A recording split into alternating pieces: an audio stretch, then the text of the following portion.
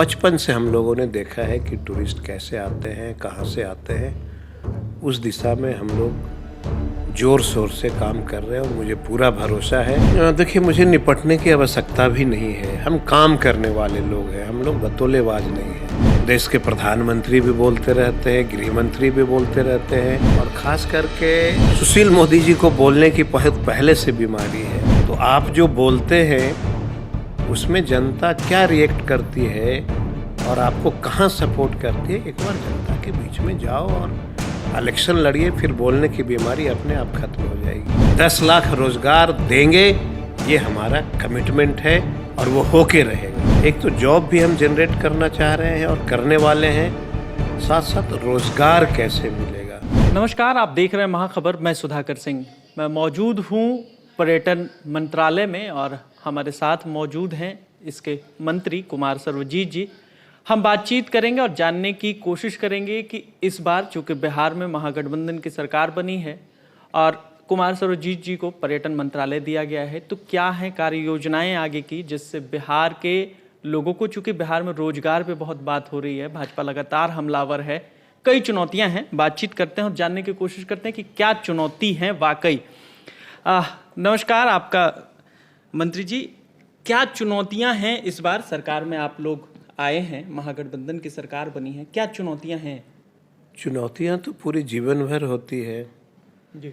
और मैं जिस डिपार्टमेंट में हूँ यहाँ पे कोविड को लेकर के पूरे देश और दुनिया में पर्यटन विभाग को काफ़ी नुकसान उठाना पड़ा है और पर्यटक नहीं के बराबर पूरे देश दुनिया में, बिहार में, हिंदुस्तान में आए हैं।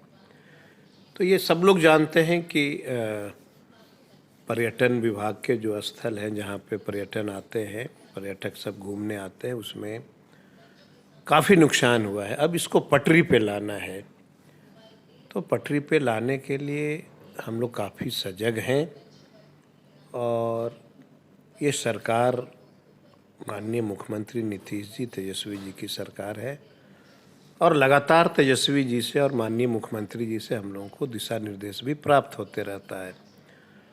और चूँकि मैं वैसे स्थान पे जन्म हुआ है हमारा जहाँ पे बचपन से हम लोगों ने देखा है कि टूरिस्ट कैसे आते हैं, कहाँ से आते हैं, उस दिशा में हम लोग ज़ोर शोर से काम कर रहे हैं और मुझे पूरा भरोसा है कि बिहार के पर्यटन डिपार्टमेंट को हम लोग पटरी पे लाएंगे और बड़े पैमाने पे पर्यटक यहाँ पे आएंगे। एक सवाल ये कि लगातार सरकार से, अब चूंकि भाजपा का गठबंधन टूट गया है और भाजपा लगातार हमलावर है, चाहे वो 10 लाख रोजगार हो, चाहे कानून व्यवस्था हो, चाहे आपके कानून मंत्री रहे, तो तमाम चीज़ों पर लगातार सुशील मोदी हो, भाजपा हो, हमलावर है। कैसे इससे निपटेंगे? देखिए, मुझे निपटने की आवश्यकता भी नहीं है। हम काम करने वाले लोग हैं, हम लोग बतौलेबाज नहीं हैं। हम लोग कभी भी बतौलेबाजी पे भरोसा नहीं रखते हैं। जिस व्यक्ति के साथ कल तक आपकी सरकार थी तो अच्छी थी, आपके साथ सरकार चली गई तो यहाँ जंगल राज हो गया। तो इन लोग बोलते रहते हैं, बोलने की बीमारी है जी।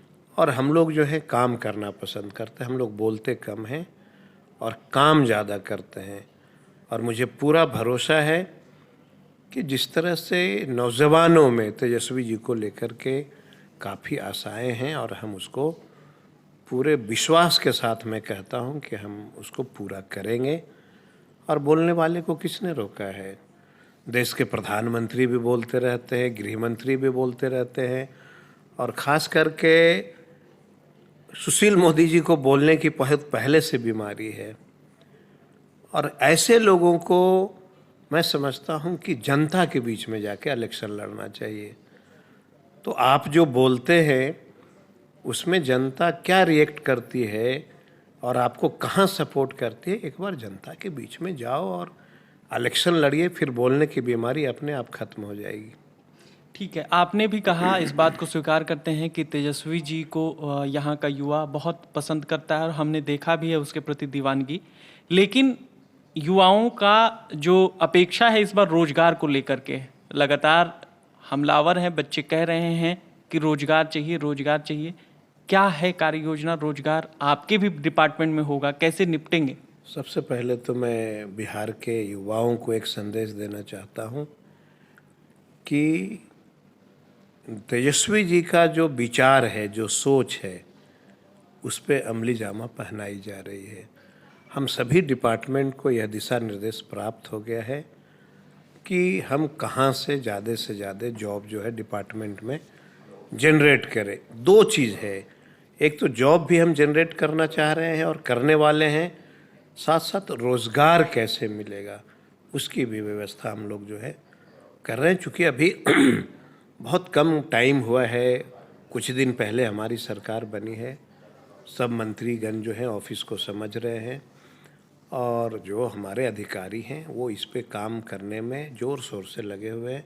सब विभाग में कितने वैकेंसियां खाली है, हमको कितना और चाहिए, ये सब चीज़ को हम लोग जनरेट कर रहे हैं और बहुत जल्द माननीय तेजस्वी जी और हमारे माननीय मुख्यमंत्री के द्वारा एक बिहार को तोहफा मिलेगा।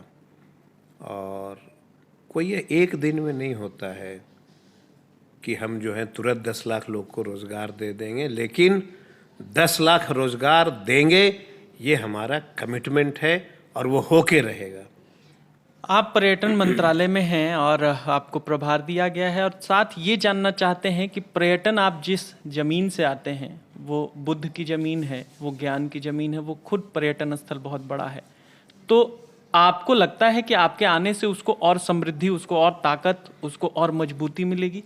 काफ़ी हमने अभी ये योजना तैयार किया है। जैसे हम चाहते हैं कि पूरे बिहार के एसएच और एनएच पे हमारा जो है फूड प्लाज़ा बने और इसकी पूरी फाइनल तैयारी हो गई है। हम कुछ ही दिन के अंदर में हम लोग अखबार में इसको टेंडर की प्रक्रिया में ला रहे हैं।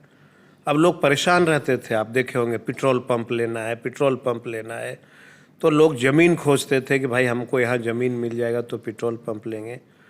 उसी तर्ज पे हमने पूरे एसएच और एनएच पे फूड प्लाज़ा का हमने प्लान लेके आया है। और वैसे बच्चे जिनके हाईवे पे और स्टेट हाईवे पे ज़मीन है, वो हम उनको सब्सिडी देने जा रहे हैं और हम फूड प्लाज़ा बनाएंगे। और सबसे बड़ी बात है कि यह जो फूड प्लाज़ा होगा वो पूरे देश का एक मॉडल फूड प्लाज़ा होगा। तो आप कल्पना कर लीजिए कि पूरे बिहार में कितने एसएच और एनएच होंगे। बिल्कुल। उस पे जो मैं फूड प्लाज़ा दूंगा तो 50 लड़के तो जॉब करेंगे उसमें। ज़्यादा। तो एक ढाबे का मैं कह रहा हूँ, तो आप कैलकुलेट कर लीजिए कि अगर ये फूड प्लाज़ा हम लाते हैं बिहार में तो 1 लाख तो मैं खुद ही रोज़गार दे रहा हूँ लोगों को। बिल्कुल। 1 लाख बच्चे तो हमारे काम करेंगे उसमें, और 1 लाख बच्चे काम करेंगे तो उसके परिवारों का भला अच्छे तरीके से परवरिश होगा। तो आप समझ लीजिए कि हमारा क्या प्लान है। तो हम फूड प्लाज़ा लाने जा रहे हैं। अब आप सोच लीजिए कि बिहार के बच्चे दिल्ली में जाते हैं लैंग्वेज की कोर्स करने, अभी मैं तुरंत लैंग्वेज का कोर्स चालू करने जा रहा हूँ।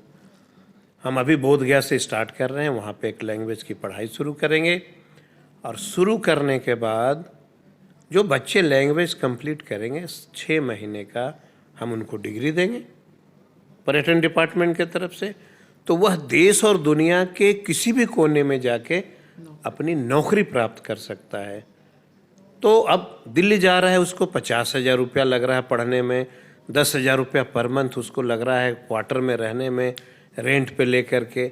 हम उसको बोधगया के आसपास मगध के लोग होंगे, बोधगया में रह के पढ़ेंगे।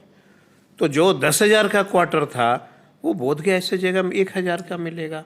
तो गरीब के बच्चे हमारे पढ़ेंगे। और मैं आपको बता देता हूं कि तेजस्वी के नेतृत्व में गरीब का बच्चा बिहार से लैंग्वेज सीख करके विदेश भी जाएगा। बहुत बढ़िया। ये हमारे साथ मंत्री थे कुमार सर्वजीत, जो बता रहे थे कि कितना विजनरी होने जा रहा है बिहार, किस तरीके से रोजगार देगा बिहार, और तेजस्वी यादव के नेतृत्व में बिहार इस बार बदलाव देखेगा। ये पूरे जोर शोर से ये कह रहे थे। आप बने रहे महाखबर के साथ। मैं सुधाकर सिंह, धन्यवाद।